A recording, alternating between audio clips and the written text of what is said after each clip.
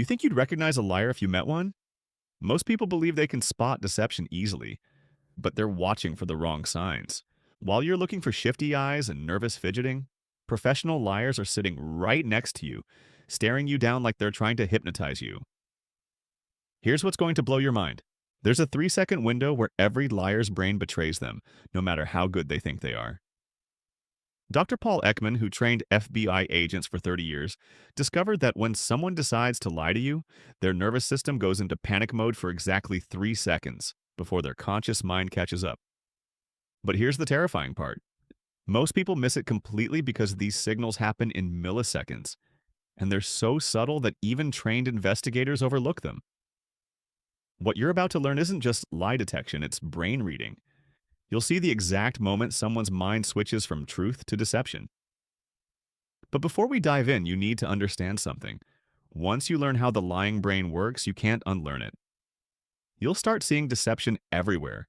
Your relationships might change. Your trust in people will shift. Are you ready for that level of clarity? Because there's no going back. Right now, think of the last conversation where something felt off. Got it? Here's the psychological machinery you missed. When someone tells you the truth, their brain operates like a simple search engine. Question comes in, memory gets accessed, answer comes out. Smooth, automatic, no processing delay. But the moment someone decides to lie to you, their brain becomes a battlefield. First, the truth tries to come out automatically. Then their prefrontal cortex slams the brakes. Then their creative centers fire up to construct the lie.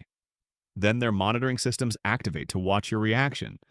Then their stress response kicks in because they know they're doing something risky. All of this happens in milliseconds. And during that neurological chaos, their body betrays them in ways they can't control. Think about the last time someone lied to your face. You probably felt something was off, but you couldn't put your finger on it. That's because your subconscious was detecting neurological leakage, signals from their brain's internal conflict that your conscious mind didn't know how to interpret. What you're about to learn is how to read that leakage consciously. Here's what happens in someone's brain the split second after you ask them a question they want to lie about. Their hippocampus immediately searches for the true answer. It finds it in about 200 milliseconds. But before that truth can reach their mouth, their prefrontal cortex intercepts it and says, "Wait, we're not telling the truth here." Now their brain has to switch gears completely. The creative centers fire up. The anterior cingulate cortex starts monitoring for potential problems with the lie. The stress response activates because lying is cognitively expensive and socially risky. This neurological switching creates a micro delay that you can see. Watch what happens when you ask your neighbor if he saw who scratched your car. If he's telling the truth, "No, sorry," comes out instantly because his brain just accessed memory and reported it. But if he's lying, there's a tiny pause, maybe half a second, while his brain performs this complex switching operation. That pause isn't thinking time, it's deception processing time. Here's the mechanism. Truth is automatic. Lies require construction. Construction takes time. Time creates delay. Delay reveals deception. And here's what makes this even more reliable. The better someone thinks they are at lying, the longer this delay becomes because they're spending more time crafting what they think is the perfect deception. Now you might be thinking, but what if someone's just a slow thinker? Here's how you tell the difference. Slow thinkers are consistently slow, but when someone's brain switches into lie construction mode, the delay only happens on deceptive questions. Watch the same person answer easy questions versus questions they want to lie about. Easy questions get instant responses.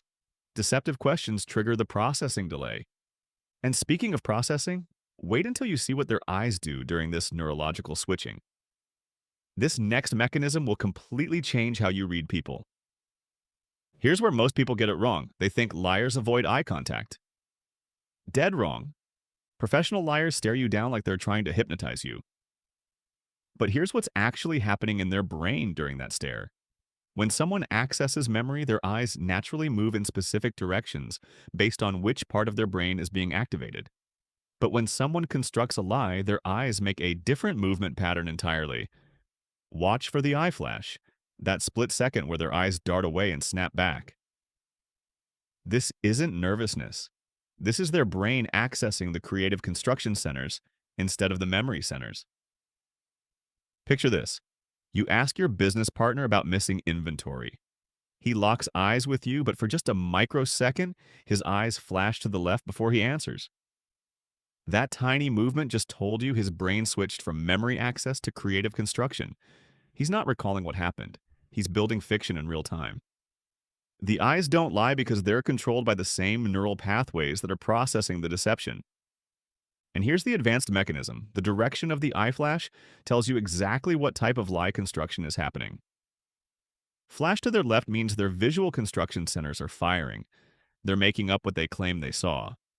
Flash to their right means their auditory construction centers are active. They're fabricating what they claim they heard, and you're not just catching the lie, you're watching their brain build it. Now, before you learn the third mechanism, let me tell you why this matters. Last year, you could have saved your friend $50,000 if you'd known this. During that business pitch meeting, you would have noticed those exact eye flashes when the potential partner talked about his previous successes. One eye flash would have told you he was constructing fiction about his track record. That's the power of reading neural access patterns. Here's what happens in someone's throat the moment they hit the core of their deception. Your vocal cords are controlled by your autonomic nervous system, the same system that controls your heart rate, breathing, and stress response. When someone's brain recognizes it's about to tell a significant lie, their sympathetic nervous system activates. This sends stress hormones flooding through their body, and one of the first places this shows up is in their vocal cords. The muscles tighten involuntarily. The pitch rises slightly. Sometimes there's a tremor or crack. Picture your friend Sarah asking to borrow money for rent. As she explains her situation, her voice stays normal until she hits the phrase, emergency expense. Suddenly that phrase comes out strained and higher. Her brain just recognized that emergency expense is the core deception. She actually needs the money for a vacation, and her vocal cords betrayed the stress of that lie. Here's the mechanism. Deception creates stress. Stress activates the sympathetic nervous system. The nervous system tightens the vocal cords. Tight vocal cords change the voice. Voice changes reveal deception, but here's what's really fascinating. Different types of lies create different vocal patterns because they activate different stress responses. Lies about emotions create breathiness because emotional deception activates the parasympathetic system.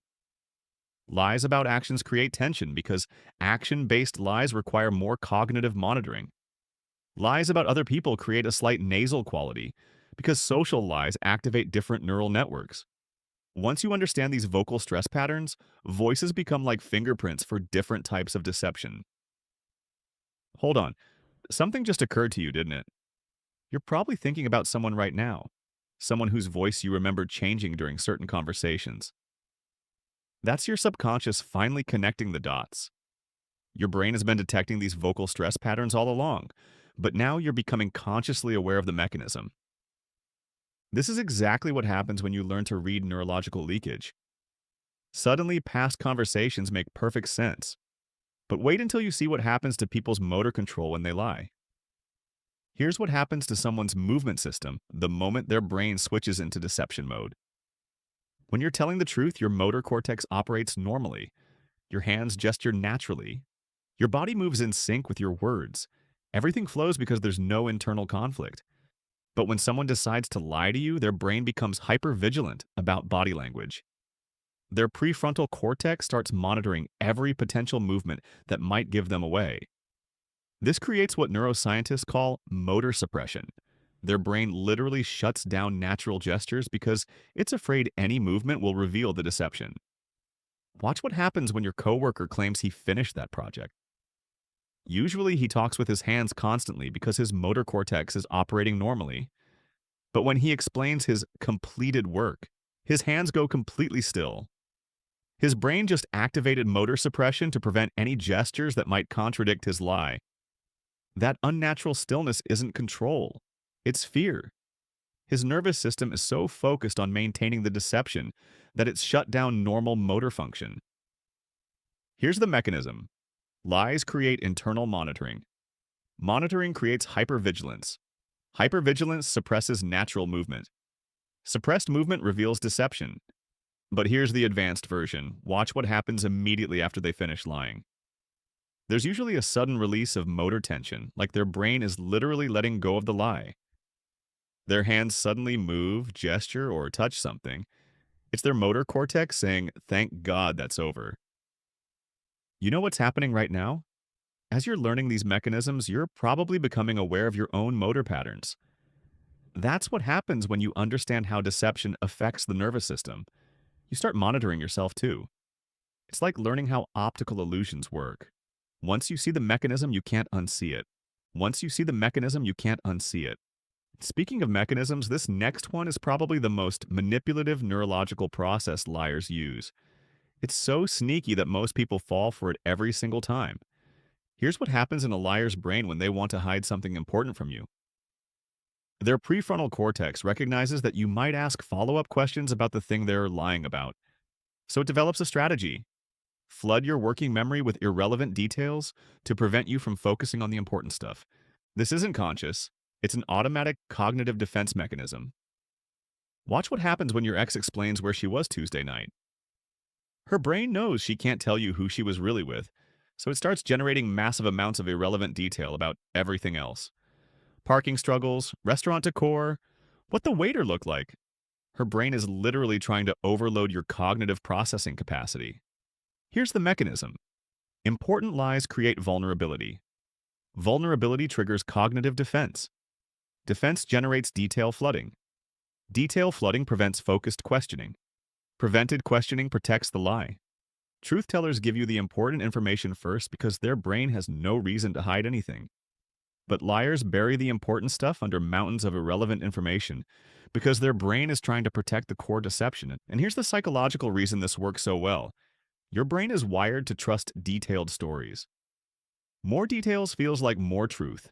Liars exploit this cognitive bias by flooding you with irrelevant truth to hide the relevant lie. It's like their brain is saying, if I give them enough true details about unimportant things, they won't notice I'm lying about the important thing. But here's where it gets dangerous. Everything you've learned so far works on amateur liars. But professional manipulators understand these mechanisms too. They've learned to control the processing delays, manage the eye movements, regulate their voice, control their motor responses, and balance their detail distribution. So how do you catch someone whose brain has learned to game the system? There's one final mechanism that even the most sophisticated liars can't fake, and it's the most powerful one of all. Here's what happens in someone's brain when they're caught in a lie and their other mechanisms have failed.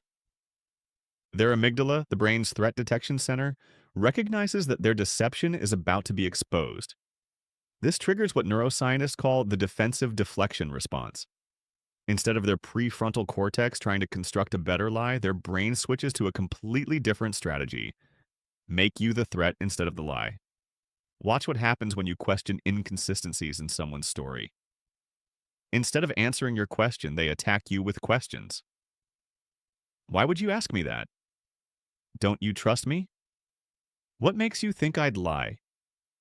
This isn't defensiveness. This is their brain's threat response system trying to flip the power dynamic. Their amygdala is essentially saying, we can't defend the lie anymore, so let's make them defend asking the question. Here's the mechanism. Exposed lies trigger threat response. Threat response activates deflection strategy. Deflection strategy attacks the questioner. Attacking the questioner protects the liar. Honest people's brains don't activate this response because they have no threat to deflect. They just answer questions directly.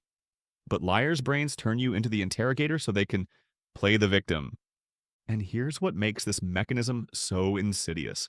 It works on people with empathy. Your mirror neurons fire when you see someone acting hurt or defensive. Your brain starts thinking, maybe I was too suspicious instead of, why won't they just answer the question?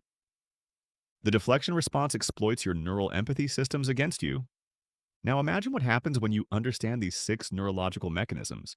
You walk into any conversation knowing exactly what to watch for. The processing delay that reveals when someone's brain switches from memory to construction. The eye flash that shows which neural centers are building the lie. The vocal stress that betrays their autonomic nervous system. The motor suppression that reveals their hypervigilance. the detail flooding that exposes their cognitive defense strategy, the deflection response that shows their threat system has activated. You're not just detecting lies anymore, you're reading the neurological machinery of deception in real time. Right now, think of someone in your life who you suspect has been lying to you. In your next conversation with them, watch for these mechanisms. Notice the processing delay, catch the eye flash, hear the vocal stress, spot the motor suppression, recognize the detail flooding, and identify the deflection response. Drop a comment below with just their first initial. Don't say their name, just their initial, and which mechanism exposed them. Let's build a library of neurological leakage together. And if this video just revealed the hidden machinery of deception, smash that subscribe button because next week you're learning the 5 neural manipulation techniques that control your emotions without you realizing it. You won't want to miss that one.